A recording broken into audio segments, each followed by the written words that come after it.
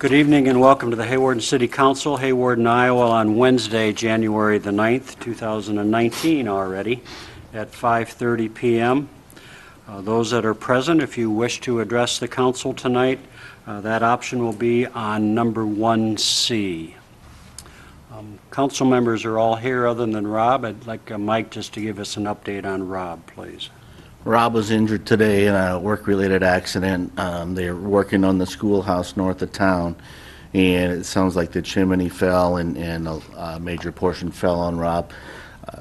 All the scans we've heard have come out okay, but he has been transferred to Sioux Falls, still in a lot of pain. So we wish him well and a speedy recovery. Thank you. Standard agenda number 1A is the approval of the December 12th, 2018 City Council meeting minutes. So move. There's a motion by John. Is there a second? I'll second. Seconded by Jen. Further questions or clarifications? Hearing none, all in favor then of the approval of the December 12th, 2018 City Council meeting minutes, say aye. Aye. Those opposed? That passes 4-0.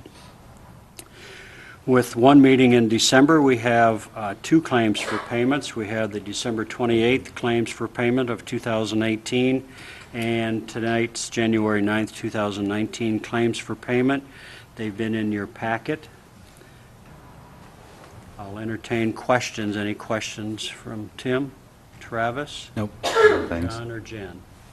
Hearing no questions, then I would entertain a motion for approval or for those claims. So moved. Moved by Tim, seconded Second. by Jen. Thank you. All in favor of those approval of the claims for payment, say aye. Aye. Those opposed? Again, that passes 4-0. Next is an opportunity to address the council. We're at open business from the community. If you'd like to address the council at this time, you certainly may. Keeping your comments to 5 minutes, please.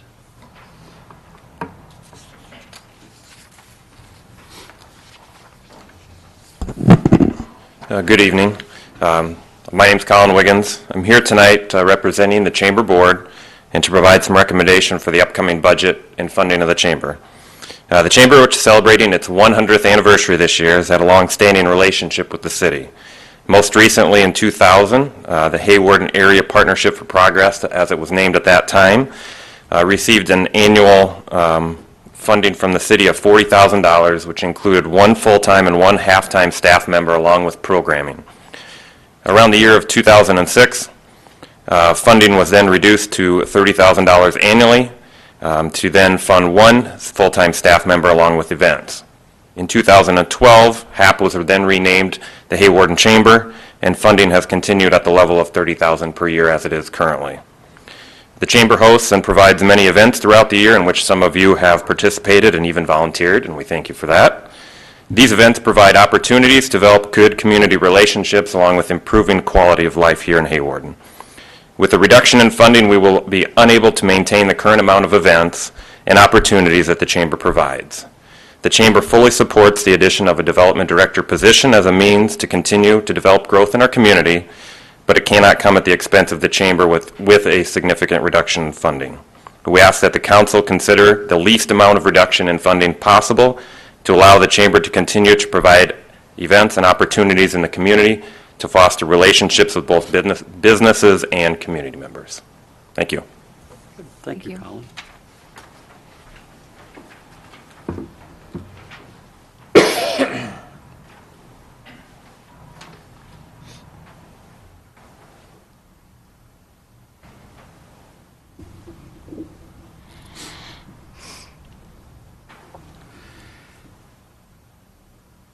Anyone else wish to address the council at this time?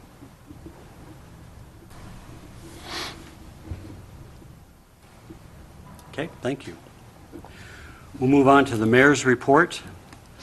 Monday, January 21st is Martin Luther King Jr. Day. Legislation signed in 1983 marked the birthday of the Reverend Dr. Martin Luther King Jr. as a federal holiday. In 1994, Congress designated the Martin Luther King Jr. federal holiday is a national day of service, it is observed as a day on, not a day off. The day is intended to empower individuals, strengthen communities, bridge barriers, create solutions to social problems, and move us closer to Dr. King's vision of a beloved community. Dr. King believed in a nation of freedom and justice for all and encouraged all citizens to live up to the purpose and potential of America by applying the principles of nonviolence. Please take the time to volunteer in our community, which helps to unite our citizens of all ages and backgrounds while building a stronger community. I, as the mayor, will be representing Hawarden at the annual Sioux County Emergency Management Commission meeting next week. All of the mayors of Sioux County are part of the makeup of the commission. This meeting serves to bring information from the past year, new activities scheduled for this upcoming year, and also bringing forth the budget for the upcoming fiscal year. It's my honor to represent our community at that. It's also been my honor to be the chairperson of that Sioux County Emergency Management Commission for the last 10 or 12 years, I believe. It's one of those types of commissions that maybe we don't understand and don't need until we have an emergency. But we have a great director, Nate Heisinga, and I'm very pleased to represent us at that. Travis Waterman tonight is attending the yearly meetings for the Northwest Iowa Landfill and Recycling Program. I've requested that he present us with information on how other communities handle their recycling program. Our community percentage of recycling is very low, and it is my hope that we can all do better in the upcoming year and beyond. The Hawarden Community Foundation is now taking applications for projects to be funded through the foundation. The application deadline is April the 15th, and the applications are found on the Siouxland Foundation website. I would encourage any nonprofit organization to begin thinking about a project that may be worthy for getting funding. The foundation encourages collaboration with other groups, volunteerism, and new projects. And lastly, as we all know, we are in the process as the City of Hawarden at looking at the upcoming budget.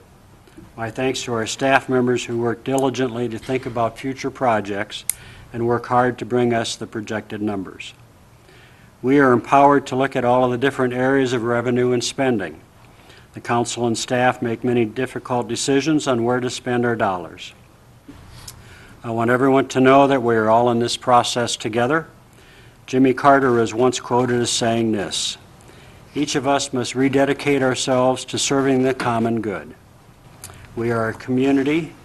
Our individual fates are linked, our futures intertwined, and if we act in that knowledge and in the spirit together, as the Bible says, we can move mountains. So as we walk our way through the budgeting process, we're all in this together. So thank you for that. And we'll move on to staff reports. Jacob, anything from the financials since we're talking budgets? For this meeting, we just got the enterprise funds ready for preliminary review, and for next meeting, we're going to have the general funds put together to get on that, and we'll continue working to get it all put together. Great, thank you. I had the opportunity to stop in your office today, and you've got screens all over the place now, so you've got numbers running through your head. Mike DeBryan, please. As you said, we're continue going through the budget. It's working well, and my thanks to all the staff members for doing their part. We're continuing to work with DGR on the wastewater plant upgrade, feeding them information as they come about and need it for the DNR. So we're still on time with that. Hopefully we'll be sending out bids in late February, early March. We still eye a completion date on that at the end of this calendar year, so we'll keep moving on that. Tomorrow, Rick and I will be meeting with the Sioux County Fair Board. They're coming over to look at what Hawarden would have to offer. They're looking for a new place for the Sioux County Youth Fair, so they're visiting each and every town that has at least shown an interest to see what they have to offer. They'll also have their list of things that they're going to need to relocate the fair. So we meet with them tomorrow for our shot, and we'll see how it goes. Okay, thanks, Mike. Jim, anything from your perspective? I don't have anything. Okay, Corey. Excuse me. One thing, we offered a full-time police officer position to Ethan Druin, who is formerly from the Vollen, South Dakota area. He currently is with the United States Air Force down at the 185th Wing in Sioux City. He will be starting here on the 16th. He has his bachelor's degree in criminal justice and business out of Northwestern in Orange City. So we're excited to get him started and, you know, hopefully have another asset here for our community.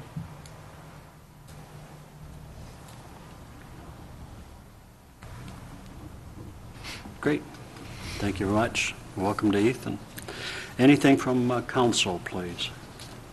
I'd just like Mike to explain one more time there's apparently some confusion with that, how we're changing the billing, because somebody's asked me why we're going to charge the senior center more for electricity now and stuff, or why we're not going to pay that. And I was trying to say that it's the same, whether we double the price and still pay the price. It's just we're paying it to ourselves, right? So. Correct. What we're doing is on that aspect, I take it you're talking about the intergovernmental rate? Yeah, right. They were thinking we're doubling the rate or something. No, these only affect city entities anyway. What we were doing is charging ourselves an astronomically low rate for our electricity. We're getting rid of that and charging ourselves the same rate. So we're just paying ourselves. Okay, because that's what I was trying to, but they said, oh, no, you're doubling the rate. And I'm going, no, you're just paying. Okay, thank you.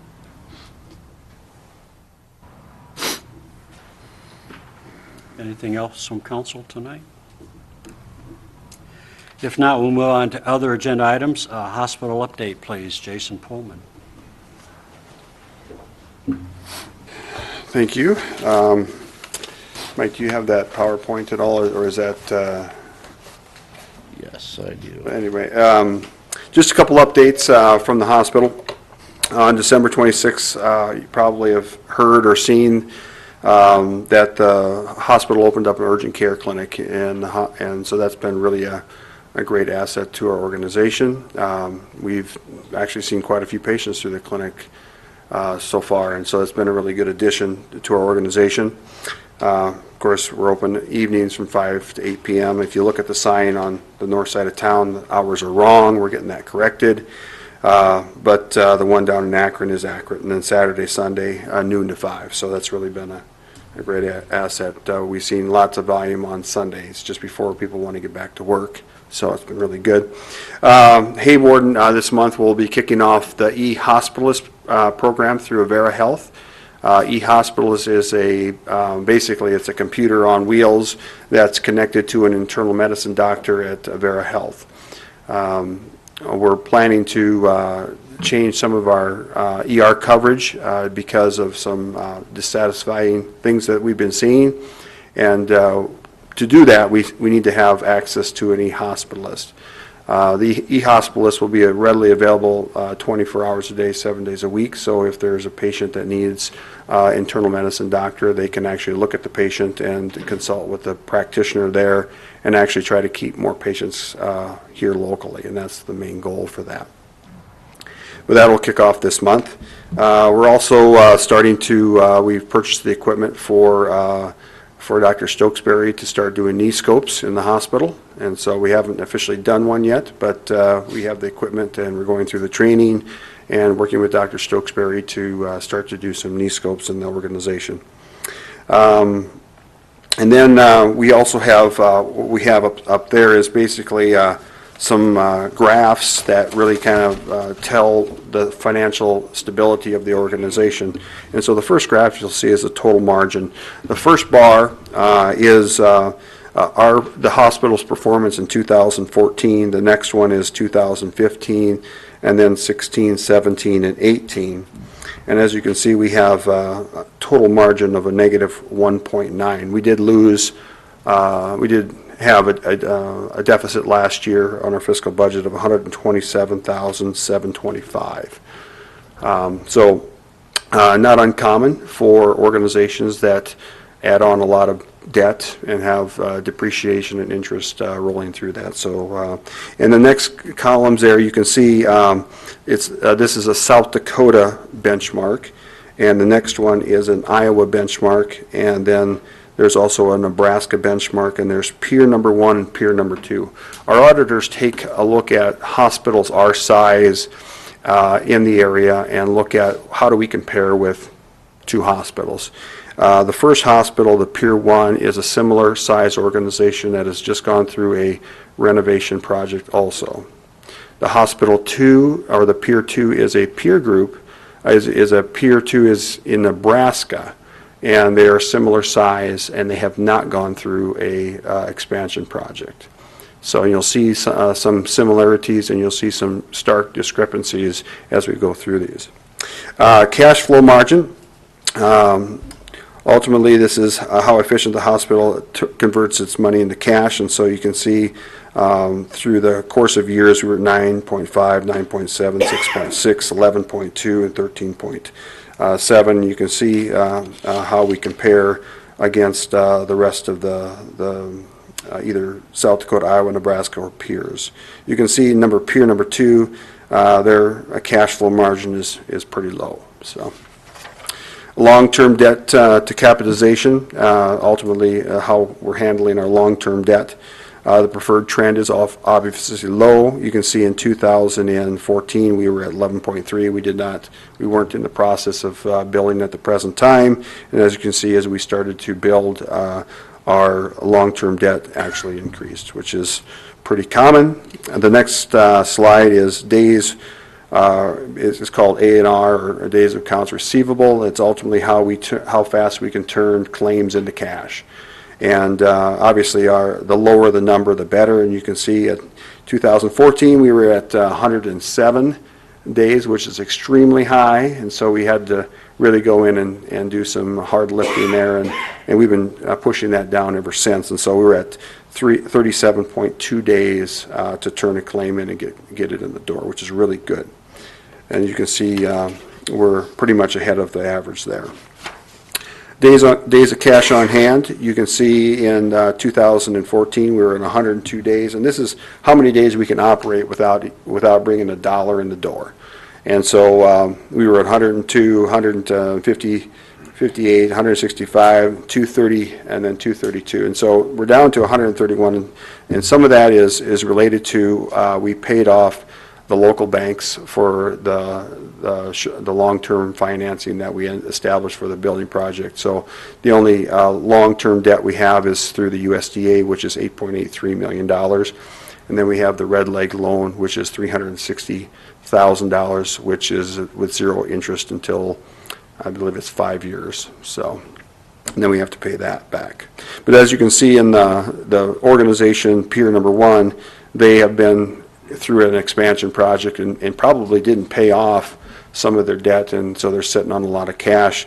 And as you can see on peer number 2, they have 44 days of cash, which really is hard to manage an organization at that low.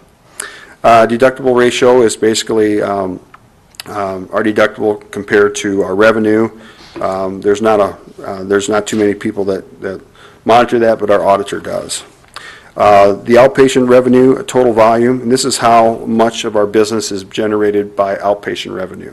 So we're not talking about inpatient or swing beds. So about 85% of our revenue in the hospital comes from outpatient business.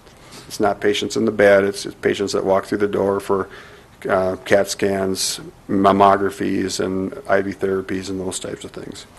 Medicare outpatient cost to charge ratio. So this is interesting. The hospital is a critical access hospital, so it's based on cost reimbursement.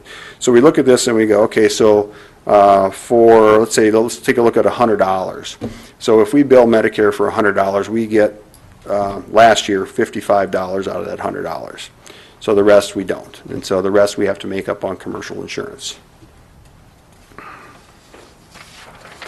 Medicare acute days percentage, and this is where we want to monitor how many patients are in our beds and what's their payer mix. And of course, we're highly compensated for Medicare because we're a critical access hospital. As you can see, it's down to 66% or 66 acute days. So that what that means to me is that we had less Medicare patients than we had more commercial patients.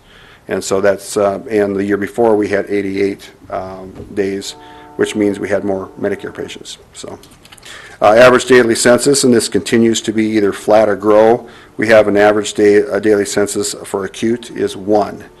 So you can say, well, you have a patient in the bed at least 1 a day, which is interesting. We were down to 0.6, and 1. And so you can see what the national averages are there. Okay. Average daily census for swing bed. This is where we have people that come back that are in the hospital and they need therapy or IV or wound therapy or something like that. And we've been running around 1 to 2 patients a day in the hospital. And then average age of plant, and this is where as we were looking at the expansion project, we've seen our average age of plant going up. Obviously, you want your average age of plant going down, and as you can see with the reinvestment, we're down to 3.4, which is really a good number for our age of plant. And I think that's the last of the slides. So, any questions revolving that, or anything happening at the hospital, or anything around that subject? The 2018 projections were that she would be down that much because that's when your depreciation started, correct? Yeah. Was yeah. this year. So you're on track for what you said you were. Yeah, and I think that we're going to probably, because of the timing of the building project, we kind of used some of that depreciation on 2017. We used some of it in 2018. And so we're probably seeing the full dose of it in this next year. And as we look at our finances, and of course, depreciation is not a cash item, but it is a cost. And so, we're anticipating the full brunt of that. So I would anticipate that we're actually going to, our bottom line will look even worse this next year, just because of the depreciation and interest. But that too was projected. Yep. Yep. Yep, sure. And then the last question I had, were you planning on paying off local banks this early?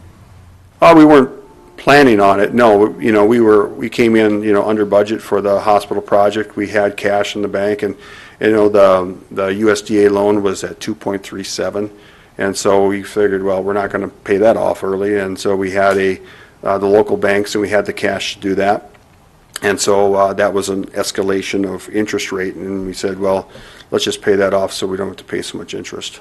Good. Yep. Thanks. Yep.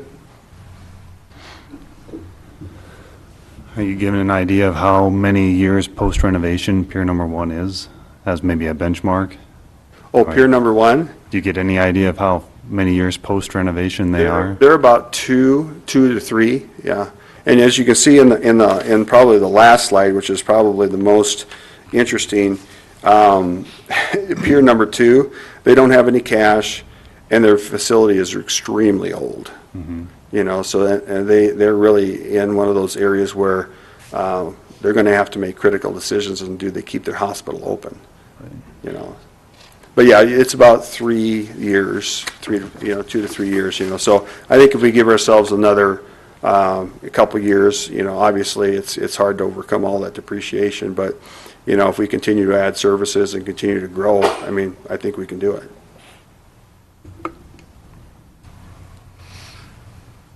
I've just got 2 items. Thanks for adding that urgent care clinic. I think that's a great thing for our community and the hospital. And John has now moved, has he not? Or will you be appointing a new board member for Phil Hacker? Jim, excuse me, you're staying. I was a little confused. All right, we got it. No, it's just my mind. Yeah. Yes, he has stepped down. He provided a letter last month for that, and so we're in the active process of appointing somebody for that position. We do have a couple candidates that we are talking with, and so unfortunately, I haven't been able to reach out and get a real firm commitment from either one, so we're just trying to get that done, yeah. Great, thanks. As we know, all board members and committee members are very important, so. Yep. Yep. That's great, and thanks then to Jim for his service on the hospital. Yeah, absolutely. Oh, yeah. Did I do better that time? Anything else for Jason? All right, thanks for Thank bringing you. us the update. Agenda item number 4, yearly we make appointments as the mayor for Mayor Pro Tem and Chamber Board Representative and Economic Development Board Representative. These are positions that are from myself as the mayor to fill those positions on those different entities. And my thanks to Travis and Tim and John for doing it this past year. And with the timing, I'd like to continue those people in those positions. I think that's important. John being relatively new here on the committee, and Travis does a fine job as a mayor pro tem, and timing-wise, I think you have the availability to fill in maybe a little better than some of the others, so I'd like to continue those appointments for this coming year, 2019. Agenda item number 5 is a resolution 2019-01, our first resolution of the year. This would be an appointment of Travis Waterman as Hawarden's authorized representative to Missouri River Energy. As you know, we partner with them for energy here at Hawarden, and it's important for us to have a voice on that. So this resolution would make that appointment of Travis Waterman, who has obviously taken the position from Tom Kane.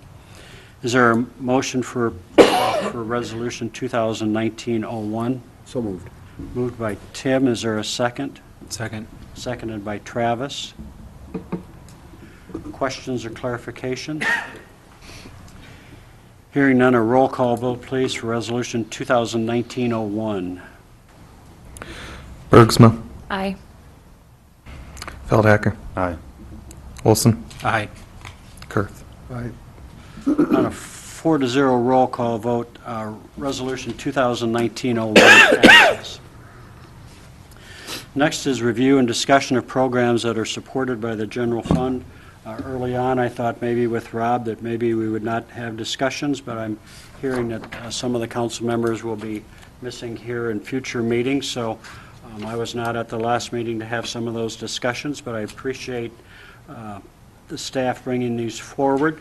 I think it's important that, especially some of those that have been kind of under the radar, so to speak, that the council had no knowledge of, that we have knowledge of that as to do an appropriate budget. So we'll have some discussions on the budget review, as you can see in our packets, and you can see that on the website also. The Storm Spotters, the Historical Society is funded through us, Hawarden's Arts Council, Senior Citizen Center, the Rides Program, Golf Course, Helipad Insurance, Hospital Auxiliary Utilities, and as Colin mentioned earlier in his remarks, that the chamber funding from the city of Hawarden. Many other programs, obviously, that we pay for through the community, school, parks, and recreation. Also within your packet, council members, was a item sent by the Hospital Auxiliary Thrift Store for their support of funding, and I know you've probably had time to read that over the weekend as we get all of this in our packet on Fridays, just so you're familiar with how that's gotten handled. So it's good to have discussion. We're sorry that Rob's not here, but if you'd like to have discussion tonight, I know we have to ratify the exact budget by March 15th. March 15th. So by no means do we have to have motions or anything to that nature tonight unless you are so inclined for that. So I guess I would open up the table for any discussions on items that are in the general fund. And again, for those that are in attendance and those that are impacted by any of these decisions, we care deeply about everything everybody does for our community. So it's not, I don't want this to become it's you folks against us. I don't want this to become like Washington, D.C. seems to be at this point, because we're all in this community together.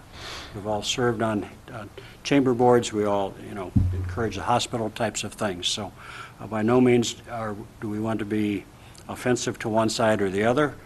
We just need to do due diligence in the finances that the city handles. So, any discussion by council members that you wish to have this evening?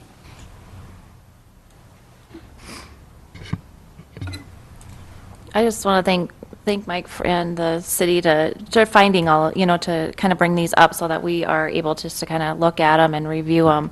I think all of these organizations of what they do, they're made up of all volunteers. And that's one thing that I look back and what I wanted to do was to help encourage volunteerism. And I think that we still need to do that.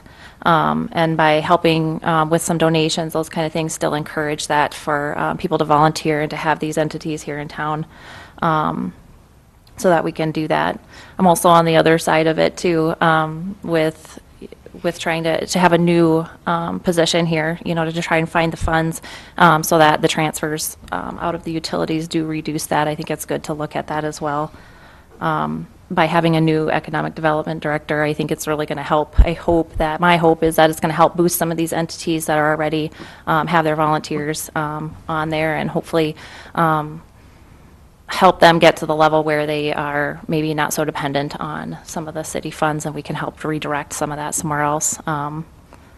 But for now, I guess as I look at it, I'd like to see kind of how it all pans out with a new development director, and then the same throughout the same entities.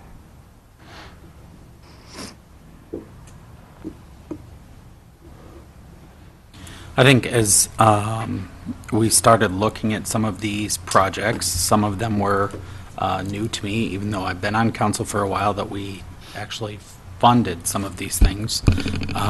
Like the thrift store, I had no idea.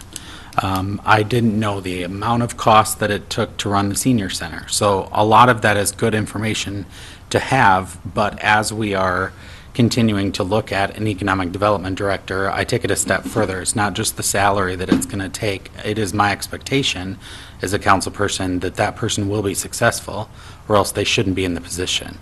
And so if that's truly the case, the Economic Development Committee in town has some funds to do things, but if we're talking larger organizations coming into the community, that's going to take dedication from the city council to reinvest dollars in order to attract new businesses.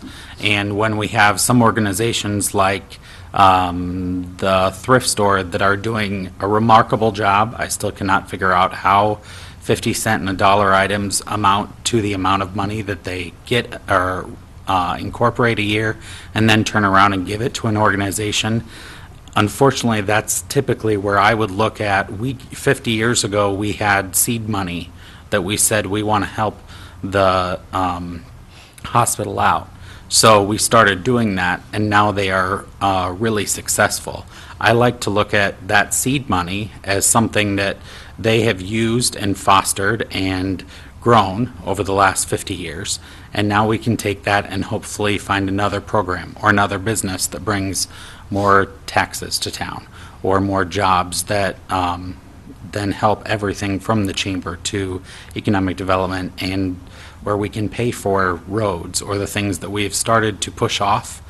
We were doing roads every 2 years or 3 years, and now we're doing them less frequently because the funding is not always there, and we don't have a tax base that's growing across our community. So that's where I started when we looked at a lot of this funding. With the chamber, they are not doing a poor job. They're not doing stuff wrong. Again, it's just like the hospital auxiliary. They're not doing anything wrong to take away the funding. It's just as fiscal agents of our taxpayers, we have to look at this stuff. And so that's where, when I looked at those two entities, I'm not talking about cutting 100% of the chamber funding. That's not where I'm at. I agree that we should do as little as possible and maybe do it in increments, but as this list came out this year, I think the bottom line is this should be an approval process that the council does every single year before budget time, so that there's not entities like the thrift store that we didn't have a clue where we were doing that for 50 years. It's also good for the public to know where our funding is actually going. Because as a citizen, for longer that I've been on council, I had no idea the amount of money that Hawarden uses in social programs. And it's just important things to look at.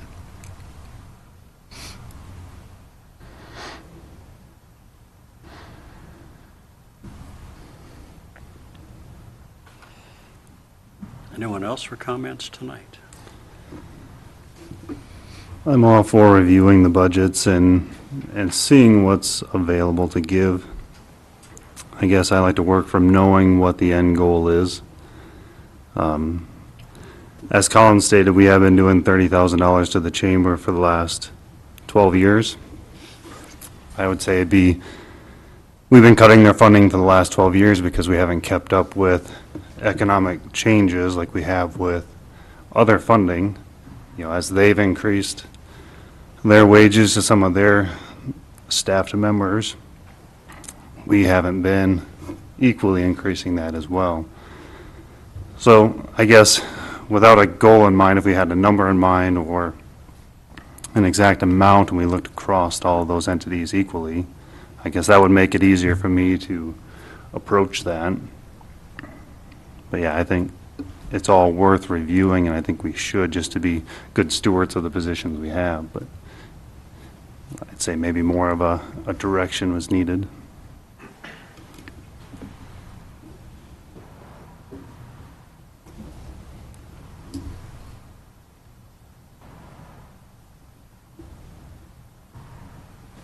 Well, I kind of feel a little guilty that the Historical Society actually got a raise a couple years ago, and now we're talking about cutting things that I think are more important than the Historical Society's saving. I mean, if we're going to have to cut something, I think I hate to give it right back again, but it seems like before we cut a lot of other things, we should cut that back some. We just try to get more grants than I mean, we've gotten a couple $100,000 in grants over the last 10 years, so we're doing well. But still, if we're going to cut stuff, I got to cut my favorite project. Sucks. But we got to do it.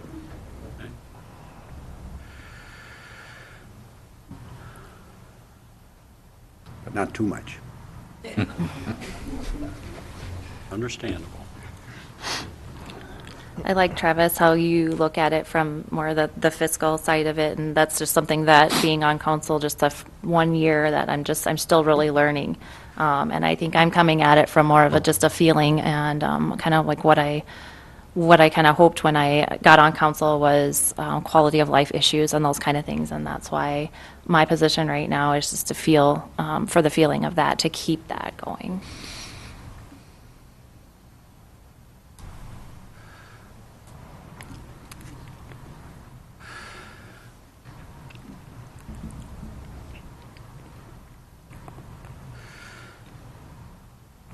Someone mentioned, I think, John, that you want kind of a more finite for like the economic development position, more finite numbers to that cost of that position? Is that what you're asking for? Yeah, I think if we had a dollar amount in mind, it'd be a lot easier to look through this and say, we need to start here, and here's what we have to get to. I mean, that's a lot easier to work from than we need something, well, then how much, and then you get a lot of people stirred up about we're losing this or that, and I guess maybe it's counterproductive, but if we knew what the economic development person Piece of the would pie be. is going to be?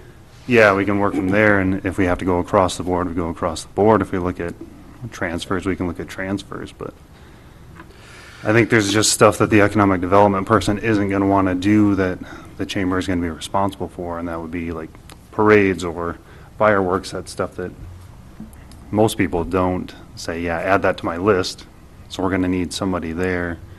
So it's even little things like that we'd have to consider, you know, what does that staffing look like?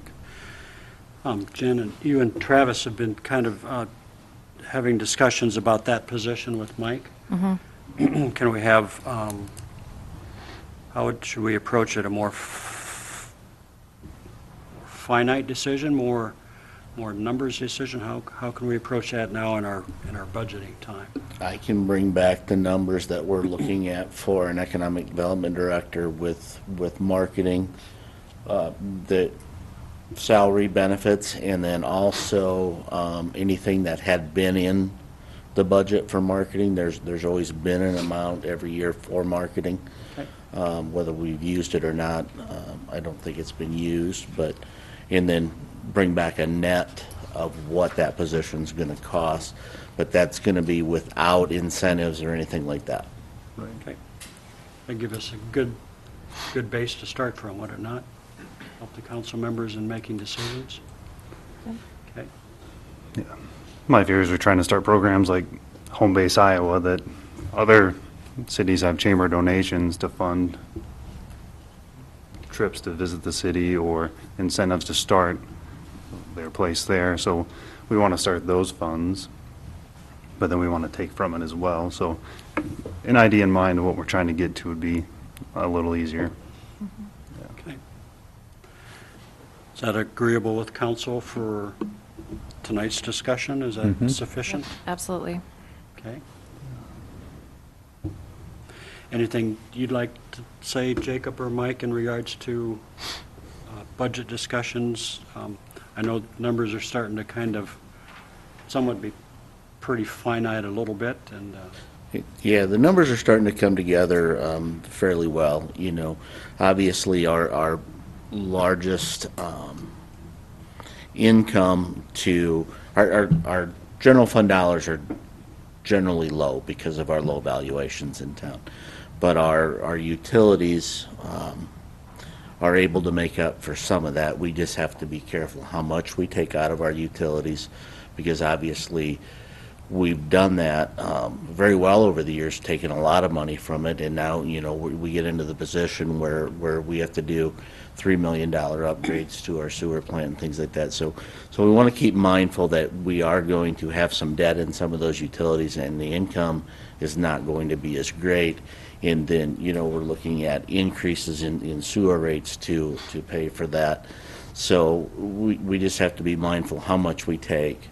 But without our utilities, none of these programs would get funded. So we're very fortunate that peoples that preceded us did the right thing and started these utilities. And on top of that, we're real fortunate that the last number of years we've really pared down the monies taken from those individual entities and kept them there. So we Correct. had some great upgrades, like in the electric projects and those types of things that we've gotten accomplished. Right. Okay.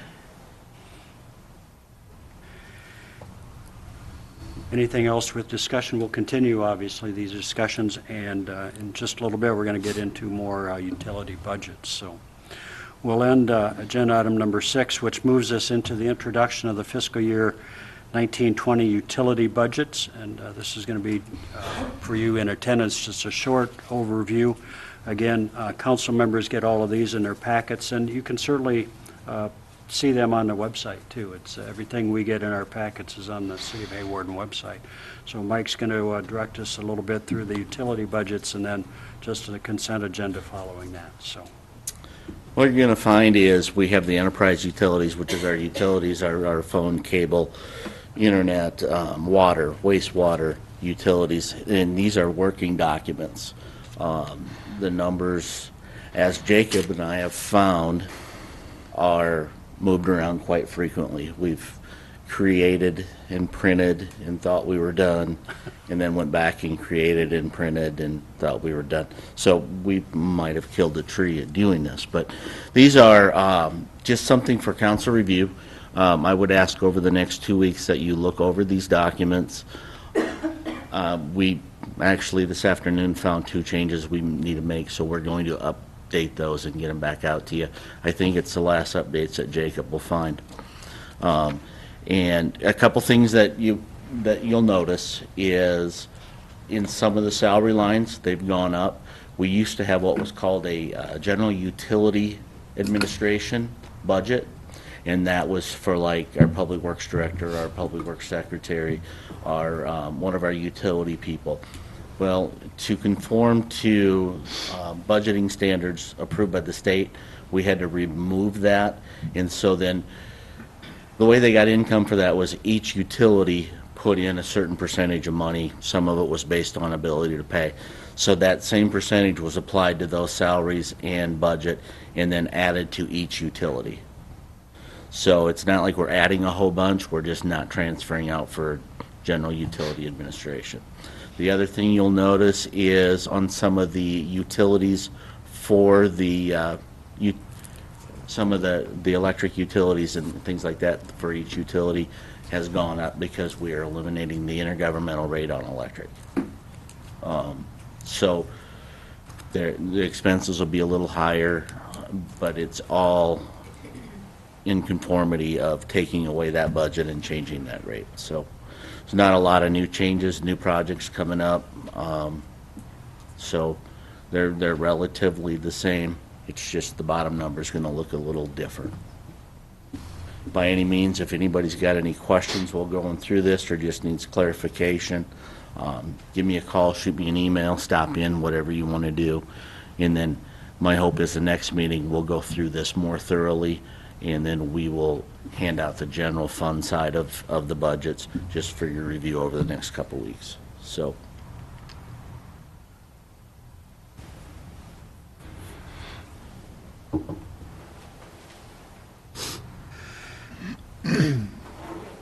Just a question on, I'm sorry. No, go ahead. Just one of the questions.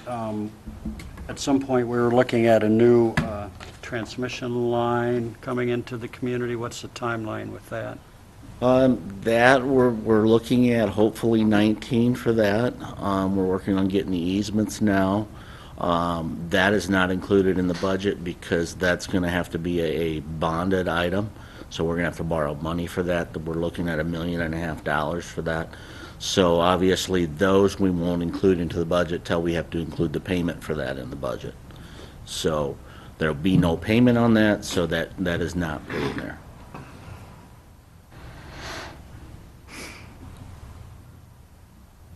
John, you had a question? Maybe just a reminder of the capital outlay projects. Is that equipment and the services to create it, or is it just the equipment that we can depreciate? The capital outlay, So like on the water utility, capital outlay includes like tower inspections, which I would assume is a service, but not necessarily a capital. yeah, that is all the service we're doing.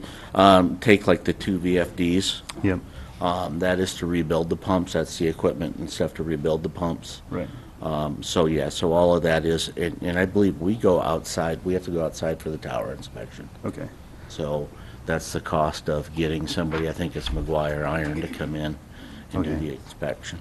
so it includes some of the services, not just the physical equipment? Right, the equipment actually comes out of capital equipment expense. Right, okay, So that'll be different. yep.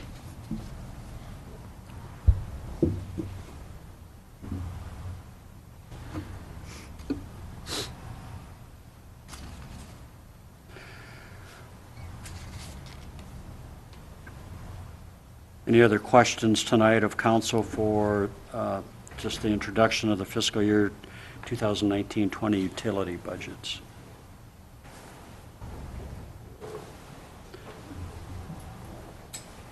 And again, those that are in attendance and those that may be watching, it's a good opportunity for a learning of fiscal budgets in the city of Hawarden or other cities. It's quite a process.